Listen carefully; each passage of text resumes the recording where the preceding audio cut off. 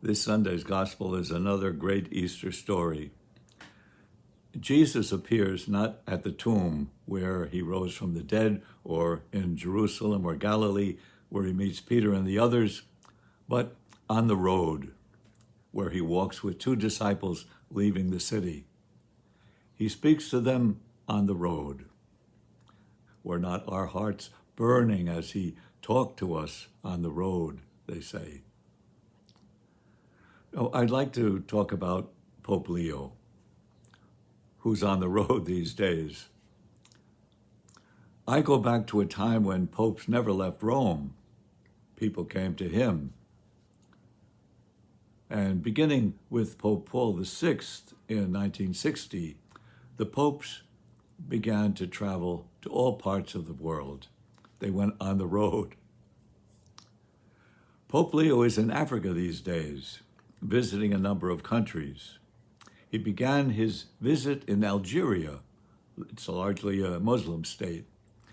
And then he's visiting Cameroon in Central Africa, over 30 million people, 1/3 Catholic, the rest Muslim or followers of a traditional religion. Cameroon is suffering from civil war for the last 10 years. The two sides agreed to a ceasefire during the Pope's visit. The Pope began his visit in the cathedral in Cameroon, where he listened to representatives from the country who came for a meeting of peace. He heard from leaders of the traditional religion, two Muslim religious leaders, a leader of the Presbyterian Church, and a number of Catholic sisters who were taking care of orphans and others injured by the war. They all spoke of the suffering that war had caused and their hopes and their efforts to bring peace to their country, to bring it together. The Pope encouraged them all, keep working for peace. But at the same time, he spoke against the masters of war, who don't acknowledge that in war it only takes a moment to destroy, and yet often a lifetime is not enough to rebuild. The Pope lamented how those in power turned a blind eye to the billions of dollars spent on killing and devastation, and yet the resources needed for healing, education, restoration, nowhere to be found.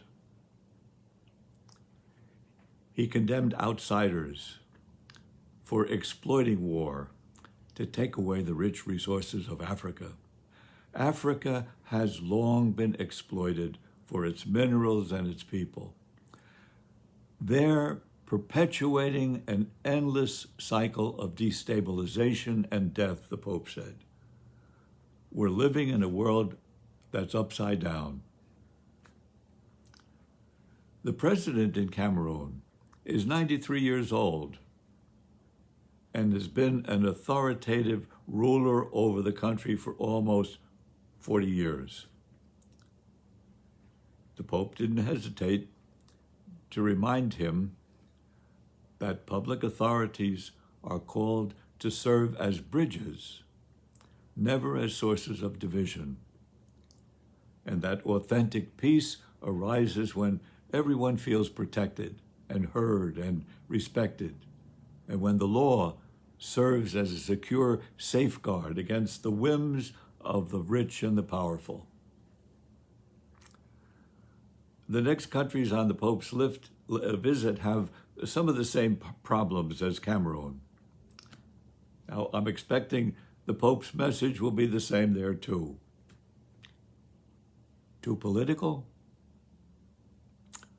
Sounds like the same things Jesus would say in a world as upside down as our world is today. So I'm happy that the Pope is on the road, and we need to pray for him. But I also think he should not be on the road alone.